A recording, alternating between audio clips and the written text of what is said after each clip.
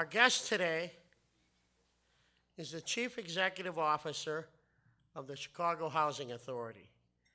He was appointed by Mayor Emanuel just over 1 year ago. Our guest today earned his law degree from DePaul University. There we go, DePaul. I like that. There we go. We're just getting warmed up here. His Bachelor of Science degree from Morehouse College. There we go. Here it is, Sarah. And he graduated from Chicago's legendary public service training ground, St. Ignatius College Prep. Ladies and gentlemen, Michael Merchant. Michael.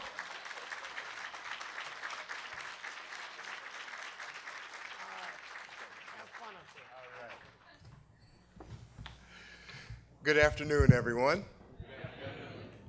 You know, when I first, agreed to come to City Club and the word got out, people started coming to me and saying, "Hey, we see you're going to be at City Club." So, wow, and they said, "It's already sold out." So that got me a little nervous, and it kind of made me think about a story. When I, some years ago, I had to do the Oprah Winfrey Show, and so she and I were sitting on the stage, and she leans over to me and says, "Okay, Mike, 10 seconds till we go live. 10 million people out there watching." I was like, yeah, thanks, Oprah. But it kind of made me think that, 10 million people live to watch her. I was just, there to tell a message. And similarly, I look out at this crowd, and you're not really here to see me. You're really here to learn more about the agency and all the great things that's happening out there. I mean, we have the focus of providing affordable housing for people, but also the important role of making sure that we're developing our neighborhoods. I guess I should start by saying thank you, Jay and Tweed, for giving me the opportunity to come and speak before City Club and being able to talk about CHA's strategic initiatives and priorities. And thank you for that warm welcome in St. Ignatius. That's right. But I'm really honored to have had a chance to serve under Mayor Rahm Emanuel's leadership. I'm truly honored that he's entrusted me with this agency, but I'm also equally honored to be able to work with my board of commissioners that I have, and there's a lot of them that are here today. So, these people have been definitely holding my feet to the fire, but also they're serving as mentors and providing a lot of guidance and a lot of support, and I really couldn't get a lot done without them. So if they could stand and be acknowledged, I would be grateful.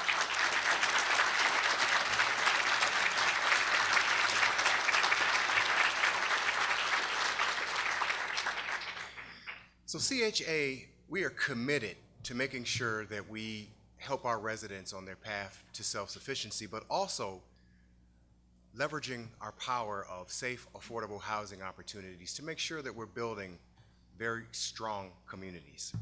As a lifelong Southsider, I'm truly excited to be able to have a chance to be a part of all this. Still, I'm fully aware of all the profound challenges and economic hardships that many of our people in this great city have, especially when it comes to the vast need for affordable housing for literally thousands of residents out there. With our strong leadership at CHA and many of you out here, we've rolled up our sleeves and we are committed and dedicated to making sure that we help our residents on the path towards self-sufficiency. And as many of you all know, this is no easy task. But I really feel that my journey has prepared me for this moment. First, I'd have to say, I have to thank my wife. She was not able to be here today. I gave her a choice of either coming to hear me go on and on, or she had to go deliver babies, and well, she went to go deliver some babies. I don't blame her for making that choice. But also I want to, I have to acknowledge my parents, Frank and Thelma Merchant, who really instilled in me at a young age the value of hard work, but also really giving back to the community. My mother, she migrated to Chicago from Oxford, Mississippi. Her and her family came when she was young, and 6 brothers and sisters, and they ended up in the Inglewood neighborhood. However, my father, he actually grew up here right in Chicago, and actually at one of our former housing developments. He was in the Ida B. Wells complex. Back then, Ida B. Wells was always viewed as a very decent place for working class families to be, and it was always perceived as temporary housing until they were able to transition into houses of their own. And that's exactly what my father did. Again, he grew up there. He went to St. Elizabeth High School, which was down the street. Then he went on to play football at Utah and went to the Army. And then he met my mom, and here I am. Started a family of his own.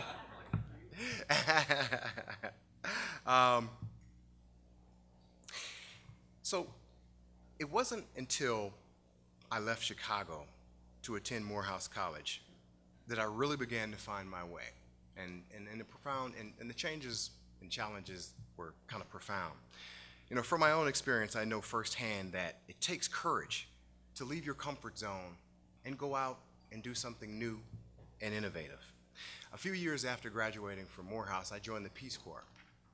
So it was there in, let's see, it was a significant turning point in my life where I joined the Peace Corps in the southern African country of Namibia.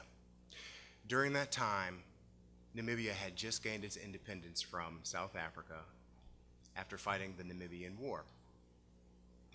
As you can imagine, they were a new country and they were really struggling to find their way in the global economy. And they were still suffering from the suppression of apartheid. And one of the, issues they were dealing with was their education system.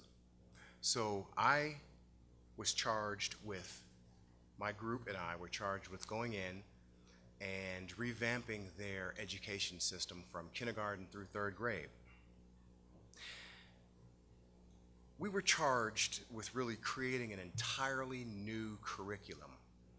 And as you can imagine, that was not an easy task. I remember I used to have to travel to 5 different villages. One village I vividly remember getting to, and I walked up, and the principal showed me, well, this is the classroom that you need to go to. I said, okay, that's the classroom. It was really like a bunch of sticks and a tin roof. And I walked in, and there were like 90 kids sitting in the sand. It's like, okay, there were no desks, there were no chairs, there was a chalkboard. There's no chalk. There was the teacher looking at me and me kind of looking at the teacher. But these courageous people, the students and the teachers, they had this hunger to learn. But they were extremely inspirational to me. You know, that experience taught me how to deal with adversity, to stay above the fray, and it really taught me the meaning of hope and determination. I've been a public servant for about 25 years, and helping people reach their maximum potential is something that I really love to do. Prior to my appointment, as Jay said, I served as the building commissioner for the city of Chicago. Prior to that, I served with Mayor Daley in his Office of Intergovernmental Affairs, and I served in the Office of Intergovernmental Affairs for the Chicago Public School System as well. My career background also, I worked for HUD, where I investigated discrimination and EEOC complaints, and I also did a stint with the Public Defender's Office as an assistant public defender. And now as the CEO, I am dedicated to making sure CHA's residents within this great city of ours have the opportunity and the potential to meet long-term economic success. It was in 2012 where CHA partnered with Target. And as a condition of this partnership to bring a new building to the former Cabrini Green site, Target agreed to hire 75 qualified CHA residents. So while the foundations and walls were going up, we at CHA were busy working with the service provider to make sure that our CHA residents had all of the job skills that they needed to be successful at Target. And the word spread quickly. Right? New opportunities for residents for CHA at the Target, and it just spread like wildfire. Beverly Hale and Brandon Murphy, who will be featured in a short video that we're going to show, were 2 of these hires. Ms. Hale, she grew up in Cabrini Green, and she now lives in the Roosevelt Square development. She had been out of work for 2 years, and she was really struggling to make ends meet. Mr. Murphy, who now lives in Parkside of Old Town, he was also a former Cabrini Green resident, and at the time that he heard about Target, he actually had a job. However, he wanted more hours, and he wanted an opportunity to work closer to home. They both wanted a chance to really turn their lives around by gaining transferable job skills. So let's take a closer look at this video, and it's a great example of some of our hardworking residents. For many of them, we just really need to get a chance.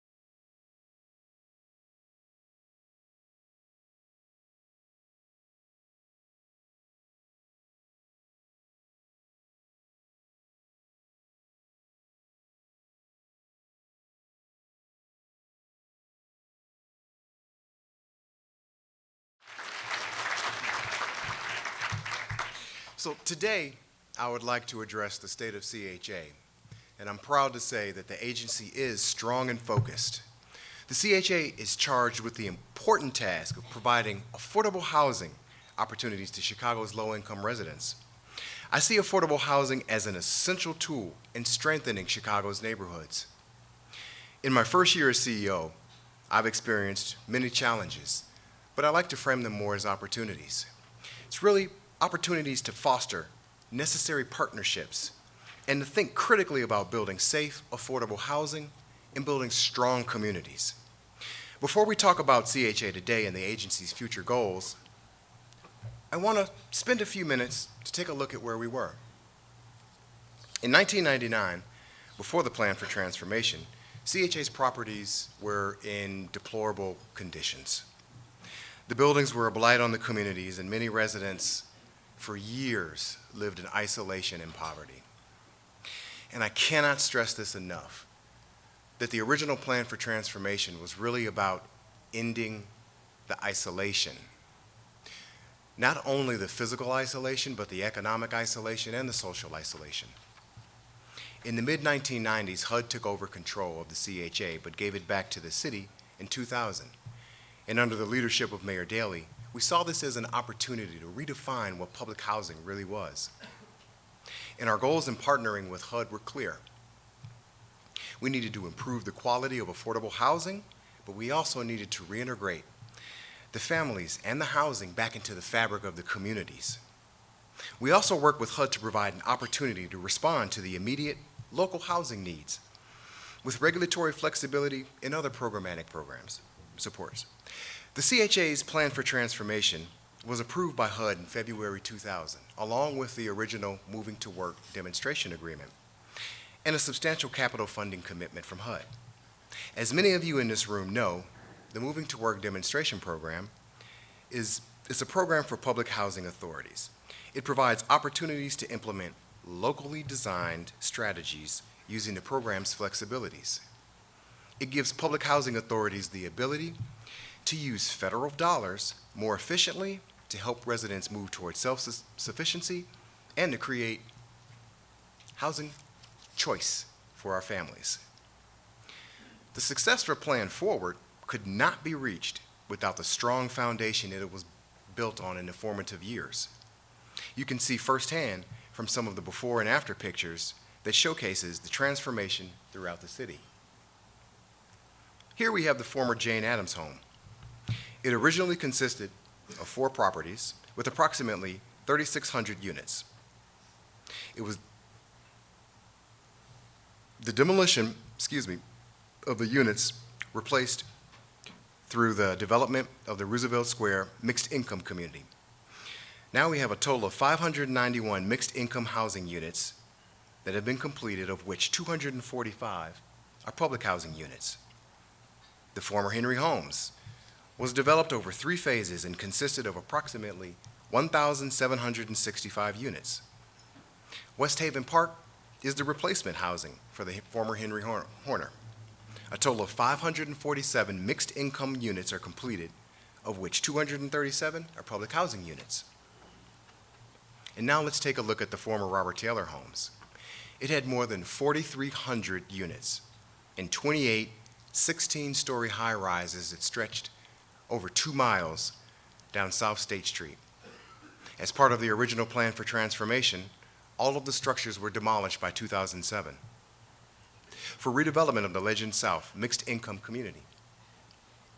Today, a total of 547 mixed income rental housing units are completed, of which 249 are public housing units. The original plan for transformation was historic and unprecedented.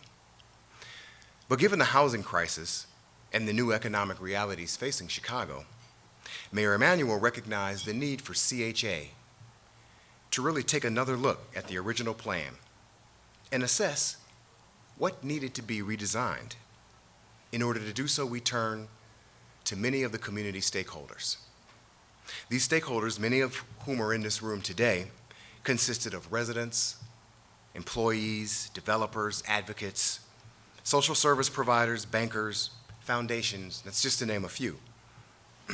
excuse me, we devised a bold new plan with the goals as equally as ambitious as the original plan for transformation. The strategic initiative is called Plan Forward, which we with Mayor Emanuel launched on April of 2013. The first goal for Plan for Transformation is to reimagine the final phase of the Plan for Transformation, coordinating public and private investments to develop vibrant communities. Goal 2 looks to ensure that CHA's housing portfolio is safe, decent, and sustainable. And Goal 3, it focuses on expanding services to more residents. These services are targeted to residents' specific needs at critical milestones in their lives. So let me drill down on each of these goals a little more and show how it impacts the functions of the agency. Again, the first goal is to reimagine the original Plan for Transformation and develop vibrant communities. And we do this by creating more affordable housing opportunities. It is important to note that we are also committed to completing the original goal of redeveloping or revitalizing 25,000 units of public housing. To date, CHA has completed 88% of that unit delivery goal. We will complete that goal. However, we need to forge new partnerships and we need to be creative with some new strategies. Since coming to CHA, I've been talking to developers and financial institutions, and we've been telling them that CHA is open to partnering with the developers and promoting innovation as a way to provide housing opportunities. Affordable housing is an essential element in building vibrant communities. As we implement the goals for Plan Forward, I want to be clear that CHA is committed to revitalizing the 25,000 units of public housing. But as you know, the housing market crash dealt us and others a serious blow, and we're still recovering. The key is to be creative on how we deliver the housing units. This is going to include buying existing buildings and units in neighborhoods across the city. We're also thinking about new tools afforded to us by HUD's Rental Assistance Demonstration Program. It's another important component that I will discuss in further detail. But the first goal addresses the broader community that surrounds our housing, and that's what's really new and different about Plan Forward. We need to talk about public housing not as isolated buildings or units, but as critical components of the larger community. The Plan for Transformation was an acknowledgement of failed public policy, and the CHA needed to redefine its role in developing our neighborhoods. What this meant, and continues to be true, is that CHA's success is contingent on leveraging our partners, including development firms, to create vibrant neighborhoods where our families can live healthy, productive lives. This also includes collaborations with the Chicago Park District and the Chicago Public Schools to ensure that we have the right amount of green space and that our families have good choices available to them. Our focus will also create on commercial development in order for people to work and shop where they live. And last but not least, CHA will partner with cultural institutions, faith-based organizations, neighborhood community groups, and others to make sure that the families have a place to interact and build their own communities. I'll now take a minute to highlight some of the key projects that exemplify what Plan Forward really is. While the original Plan for Transformation was focused on bricks and mortar, Plan Forward is working to develop communities of choice. Let me highlight some of the great development projects that are underway. Park Boulevard is located in the Bronzeville neighborhood, and it's a multi-phased mixed-income development project on the site of the former Stateway Gardens. We are nearly halfway through this redevelopment of this site. The current phase under construction consists of 108 quality mixed-income housing units, of which 37 are public housing units, and retail opportunities will be on the ground floor on the State Street side. We're partnering with the developers from Stateway Associates and the Boulevard Group for this project. Shops and Lofts at 47th and Cottage Grove, which includes a total of 96 mixed-income rental units, of which 28 are public housing units.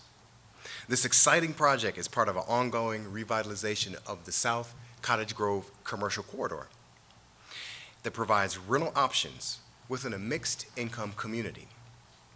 The project's retail component has been essential to the success of the project, and it includes a Walmart neighborhood grocery store, along with a mix of smaller national and local retail businesses. I'm so proud of this project as it showcases the elements needed to help a community be strong and vibrant. I know that good quality housing will attract a mix of incomes with retail anchors and cultural institutions to support the richness of the community. Located in the Humboldt Park community area, West Humboldt Place is a project under CHA's Property Rental Assistance Program. The 13-unit project is being developed by Children's Place, a not-for-profit organization that serves children with HIV/AIDS and other disabilities along with their families. CHA's board approved the use of 4 project-based vouchers that will make rents affordable to the families.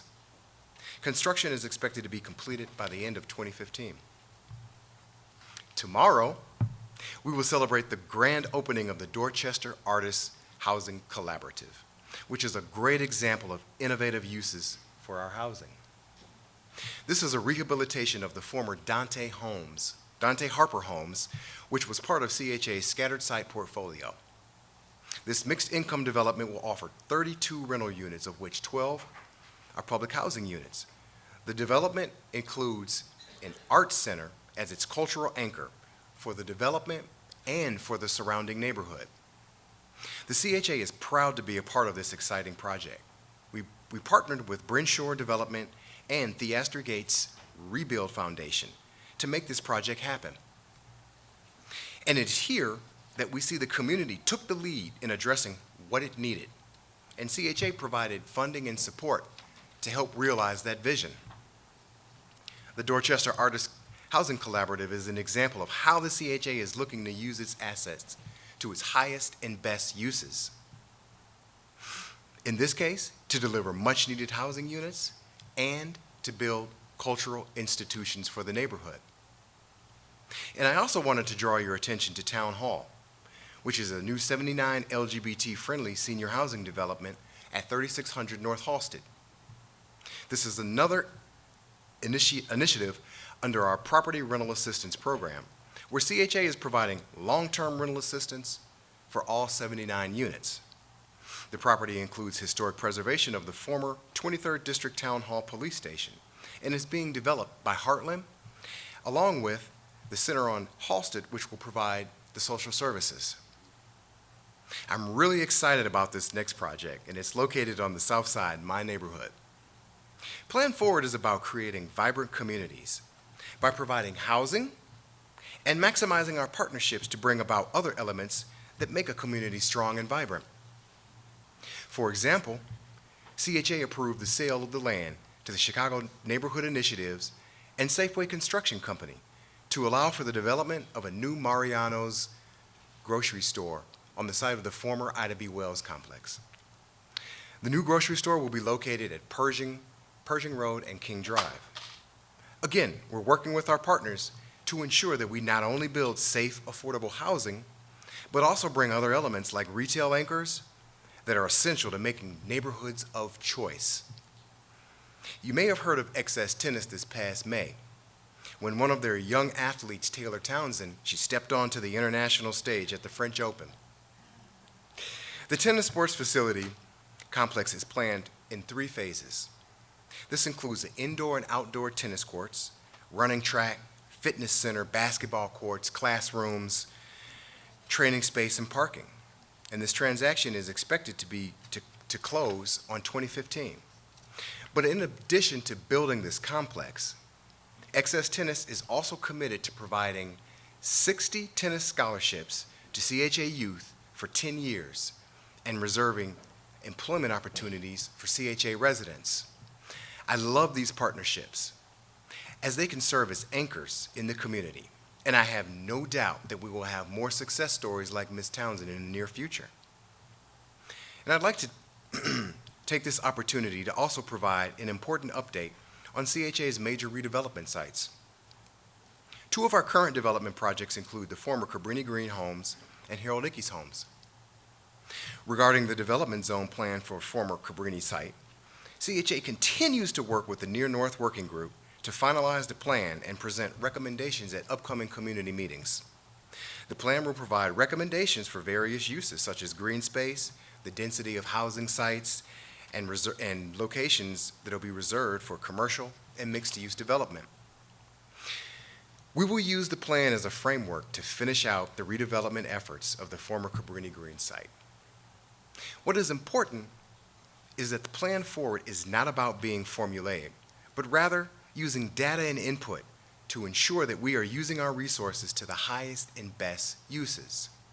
The redevelopment of Harold Ickes is a great opportunity to look at the surrounding neighborhoods and maximize all of the assets to bring forth a strong, healthy community for residents on the near south side, including our CHA residents. We are currently soliciting responses to a request for proposal for the former Harold Ickes homes. We seek to bring about a revitalized community through mixed income, a mixed use model, which will also include 200 public housing units. Plan Forward is about looking at each community as its own and to bring about development that is right for that specific community. It's also about ensuring that the investments we already have made in our redevelopment efforts are maintained. Goal 2 frames the agency's strategies to do just that. And it also is looking at making the agency more effective and more efficient. Goal 2 is more operational in nature, and it's to reaffirm our commitment to maintain the investments that we've already made in our redevelopments. And we do this by maintaining every single housing unit to ensure that it's safe, decent, and sustainable for the long term, and continuing to promote public safety in and around our communities. And also, we have to increase environmental sustainability across our housing portfolio. As CEO, I've not only been looking into measures to increase energy efficiency, but also administrative efficiencies. It is critical that we cut the red tape. For instance, due to federal regulatory requirements, we administer subsidy programs, but we run them in different ways. The Housing Choice Voucher Program and the public housing have different rules for admission and for occupancy. I've charged my staff to examine how we administer our housing programs and wherever possible, align and unify the two programs across the different programs, sorry. While unifying policies is not a new idea, to the extent of which we're trying to align these two programs is considered cutting edge and unprecedented. A good example is that families in both programs need to go through a recertification process. For Housing Choice Voucher households, we have used our MTW flexibility so that households have to recertify every 2 years. Under this initiative, we are looking to align the recertification process for public housing residents from yearly to every 2 years as well. We know that for most families, financial status doesn't typically change year to year. So why bring in people and use staff resources to tell us that not much has changed? I'm looking to align policies and procedures. To me, devising and implementing a unified public housing policy just makes common sense. And I'm proud to lead the nation in this initiative. Another goal is to increase efficiency by promoting sustainability, affordability, and energy efficiency in all of our redevelopment efforts. There is no way for me to be successful in Plan Forward without implementing sustainability measures. It only makes sense that we continually look to keep our utility costs down and implement data-driven decisions about moving forward. I'd like to highlight the Kenmore Apartments, which is a 100-unit senior building in Edgewater. The building is LEED Platinum certified and an example of a beautiful senior building. It is considered cutting edge with regards to its utility usage, including a green roof and its modern amenities. Let me share with you an interesting fact. Since 1999, CHA has reduced per unit energy costs by a total of 67% per unit. We know that in order to keep operating costs of our buildings down, we must focus on utility savings. And lastly, and important to me, Plan Forward is looking to see how we can best prepare residents to be competitive in the global economy. While it's a priority of the agency to make sure that we are building vibrant communities and also to responsibly maintain our assets, we do this for all of the residents in this great city, especially for our CHA residents. It is vital that we continue to think about how we promote self-sufficiency among our residents, which is what the third goal of Plan Forward is all about. Since the inception of Plan Forward, we have begun to work on refining our service model. Rather than offering a one-size-fits-all case management style, regardless of their need, this new service model meets families where they are, including families in the HCV program. Our services are focused on 4 impact areas: develop academic achievement, increase earning power, increase economic independence, and increase stability and quality of life. The service model focuses on critical services like employment, early childhood and youth development programs, with the goal of transitioning families who can off of the housing subsidy. Let me share the story of Ms. Teresita Diaz, who exemplifies what Plan Forward is all about. Ms. Diaz is a housing choice voucher participant.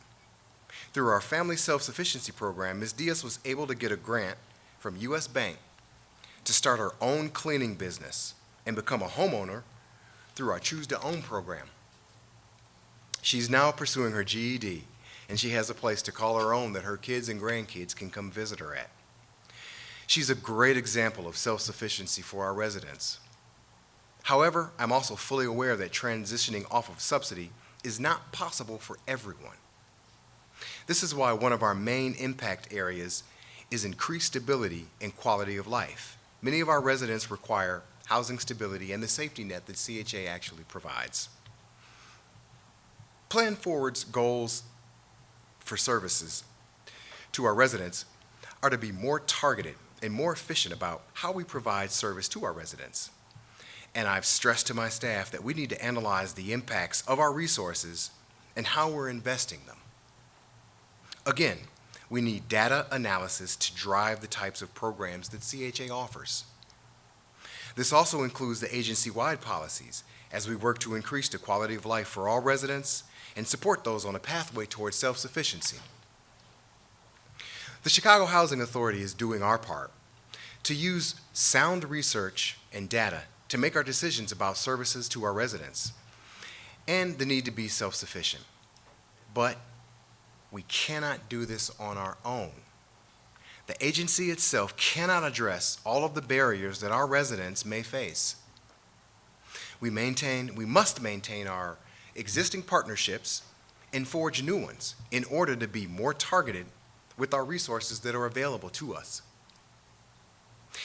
In my first year as CEO, I've been working with my staff to outline the plans for how we're going to accomplish these goals. And to no surprise, we're faced with many challenges. One of our biggest challenges that we face as an agency is our financial landscape. During the plan for transformation, the choices we made were focused on development, following HUD's mandate to tear down the dilapidated high-rises and to deliver more public housing units.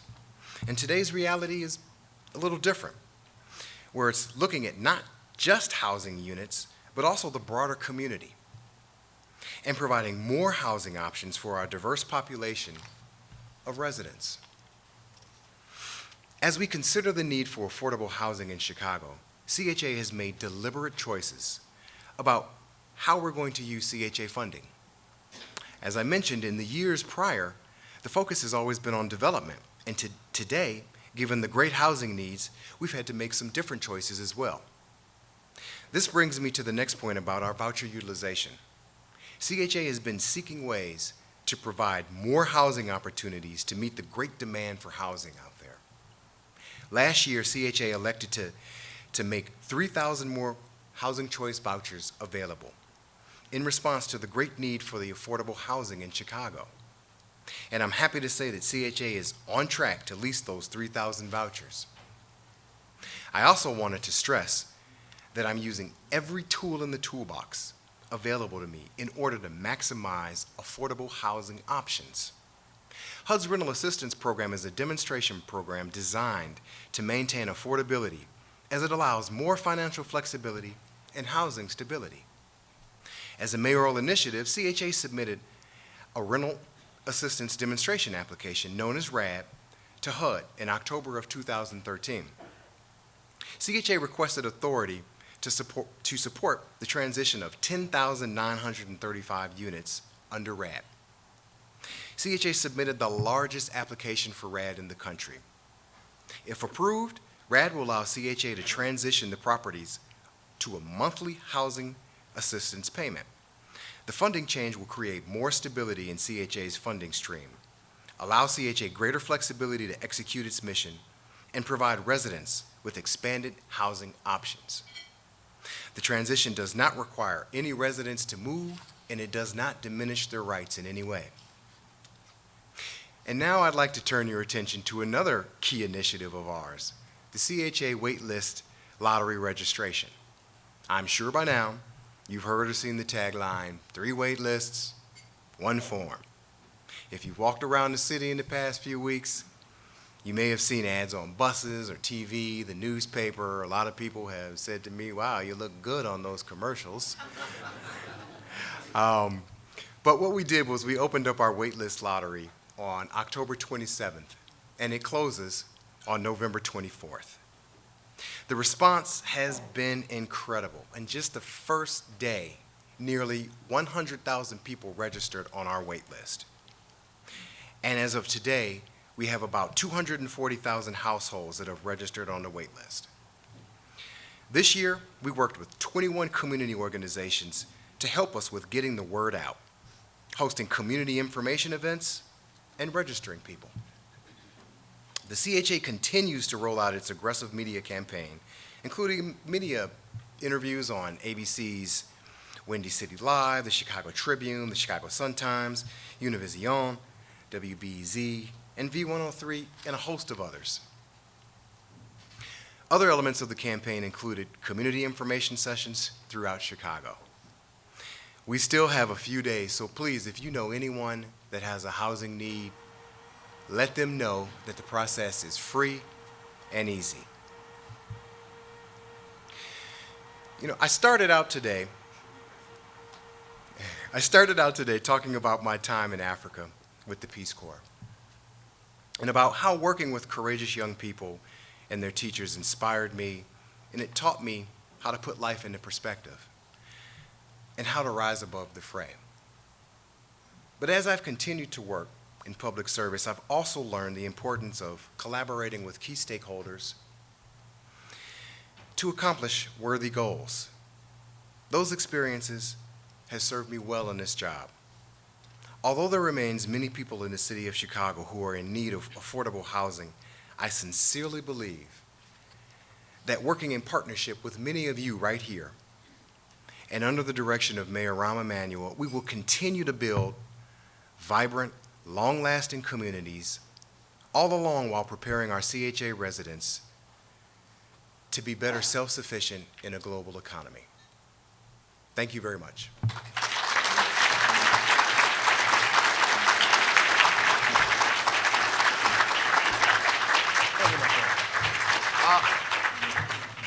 All right. Do we have a burning question? I mean, after that, I have to take notes. Let's just give them one big round of applause. Oh, well, we have a question. Come up. You know, City Club, we're a small D democracy all the way. Michael, your one question. Uh-huh. Now, you got to answer it. All right. It's at Claudia Banks, Safe Foundation. Mm-hmm. You didn't mention the reentry pilot for ex-offender. Can you talk about how it's going to fit in with Plan Forward? Are you sure you didn't talk about it? Because you got almost everything else. Hey, we had a lot to say. We're doing a lot out there. We haven't been up here in a long time.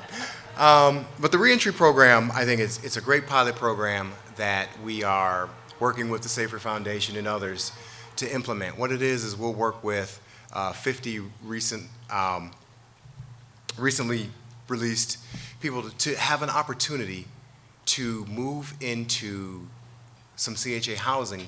But what will happen is they will have an option to move in with a family member, because research shows that by having the supports of a family member, then the chance for recidivism is much less. So we are anxious to get this program working. We just passed a measure at the board so we can go to the feds and give us the ability to be able to do this program. So we really are looking forward to continuing our partnership and look forward to get that program going. All right, thank you. Parting gifts.